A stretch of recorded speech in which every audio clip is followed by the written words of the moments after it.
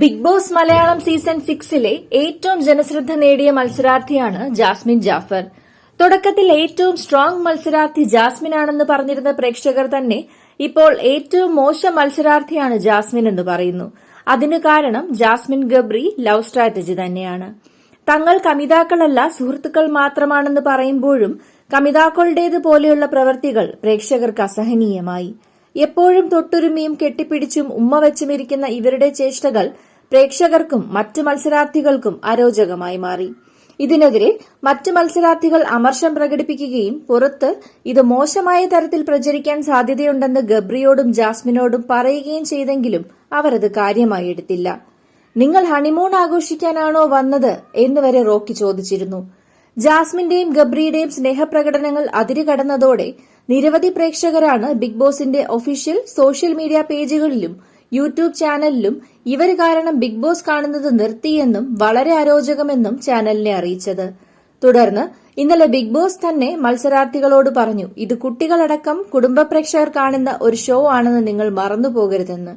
കൂടാതെ ജാസ്മിനെ കൺഫെഷൻ റൂമിൽ വിളിച്ച് വാപ്പയ്ക്ക് ഹൃദയ സംബന്ധമായ സർജറി ആവശ്യമായി വന്നുവെന്നും ജാസ്മിനോട് സംസാരിക്കണമെന്നും പറഞ്ഞു.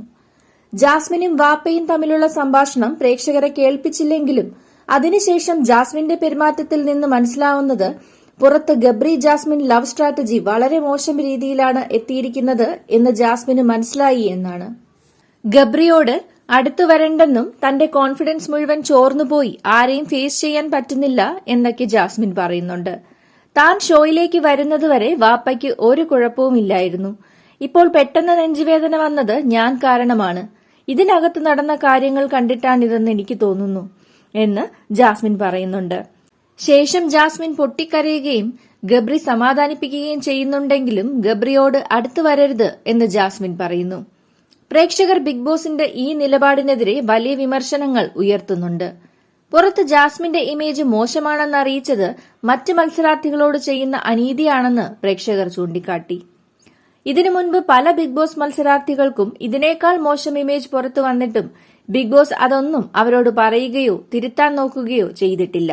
ഇപ്പോൾ പക്ഷപാതം കാണിച്ചതിനാൽ ഇനിയുള്ള ദിവസങ്ങളിൽ ജാസ്മിൻ തന്നെ ഗെയിം സ്ട്രാറ്റജി മാറ്റിപ്പിടിക്കുമെന്ന് ജനങ്ങൾ പറയുന്നു. കുറഞ്ഞപക്ഷം ജാസ്മിനും വാപ്പയും തമ്മിൽ നടന്ന സംഭാഷണമെങ്കിലും പ്രേക്ഷകരെ കേൾപ്പിക്കണമെന്നും അഭിപ്രായങ്ങളുണ്ട്.